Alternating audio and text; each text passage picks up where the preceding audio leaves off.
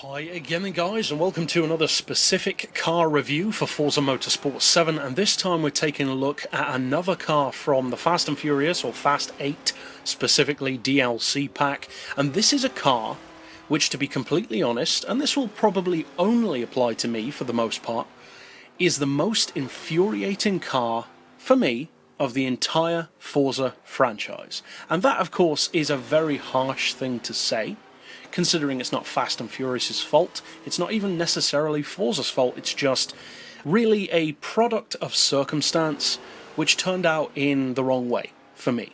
Because, as some of you guys know, especially those who have been around on the channel for a bit longer, I love a particular type of engine. This particular type of engine is my favourite form of combustion engine, and that favourite engine is the gas turbine. It's fitted in my favourite motorbike ever made, the MTT Y2K. It's featured in a very select few cars, such as the Lotus Type 56, the STP IndyCar, the Howmet TX, the Rover P2, the old Rover BRM Le Mans cars. But generally, it's not featured in that many vehicles. So I jumped at the chance of finally getting a gas turbine powered car, not only in a Forza game, but if this was pulled off, and pulled off well, it would be the first gas turbine powered car not only in any Forza game, but in any Gran Turismo game as well. Forza would have beaten Gran Turismo to the punch in having the first gas turbine powered car. Now, most people couldn't care less about that, but for me, it is my passion that drives me to love the gas turbine engine, and to have the chance to have one on a game like Forza or Gran Turismo, I jumped at the chance, especially given that the engine is used in the movie, but then I found it doesn't work. You don't have that engine in the game. You've just got the 707 horsepower Hellcat motor with all-wheel drive. Now, that's not bad. Under any other circumstances, a Hellcat-powered, classic-shaped Charger would be awesome. And technically, it still is awesome. And I'm not going to rag on it for this whole video. I just want to make the point that they had a huge opportunity here.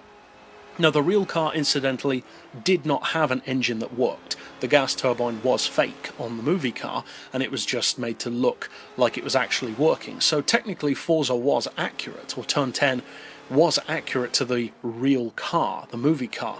But I just think it's a real shame that they could have gone the whole 9 yards and fitted it with an in-game turbine, which was working with the standard engine. How cool would that have been to have that high-pitched 60+ thousand RPM whine?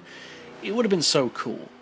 But, with my personal feelings aside, I still want to view the car as objectively as possible. So putting that to one side, how good is this vehicle? Because it's a very important car in the movie. The Charger is already a hugely popular car in real life as well. So, what's it like in the game? Well, as I mentioned, you get that 6.2 litre, 707 horsepower, 650 pound-feet of torque, supercharged Hellcat engine. It's front-mounted, all-wheel drive, and has a huge wide-arch body kit, which actually suits the Charger surprisingly well, I think. And one of the biggest advantages of a wide body kit in racing use, and this is why so many race cars do it, or one of the reasons, is having a wider track, especially in comparison to the height of the car, really helps to reduce body roll. Even in minute amounts through corners, it gives the car so much more natural stability without even having to use fancy aerodynamics beyond that. Now, having, of course, spoilers, wings, downforce aids, all adds on top of that benefit, but even just widening the track of a car in general will make drastic improvements to how stable it is through corners. And although the Charger is, with a very slight amount of tuning, already pretty good through corners anyway, you can definitely feel a difference with that wider track. And of course, all-wheel drive, by definition, is going to significantly change the way that this car performs. Now, in its natural form, which is what you can see in this video, completely untuned, although untuned is a very relative term for a car like this, it's actually more front-heavy. It has more traction going to the front than you might want. It makes it a little bit more awkward for drifting. As you can see, you can still drift it, but you really do have to overcompensate for the grip over the front end, which in a racing scenario isn't always a bad thing, especially if you were rallying, for instance. But on the road, especially for drifting or for very tight circuits, it can be a hindrance, especially with such a big, heavy car. But the funny thing is, although it weighs 2.1 tons technically, that's British tons, that's actually only roughly the same as a Challenger or Charger Hellcat anyway, so that's pretty good, considering how much bigger it is than a normal Charger, that it's literally twin-engined in effect, and of course the fact that it's all-wheel drive makes a big difference also. Now in terms of performance, in a similar way to the Fleetline, the Chevy Fleetline which we reviewed a couple of days ago, this isn't necessarily a car which I'd recommend using for racing 9 times out of 10. It is of course much more of a novelty car, that being of course the main reason why it's in the Fast and Furious car pack, but in a similar way to the Fleetline, it is a car with some track potential. If you drop that weight a little bit, maybe even convert it back to rear-wheel drive, depending on the type of driving style you have, you've already got the innate power and torque there to get the job done. And that actually touches on a philosophy of tuning, one of my personal earliest philosophies of tuning in fact, which applies to muscle cars.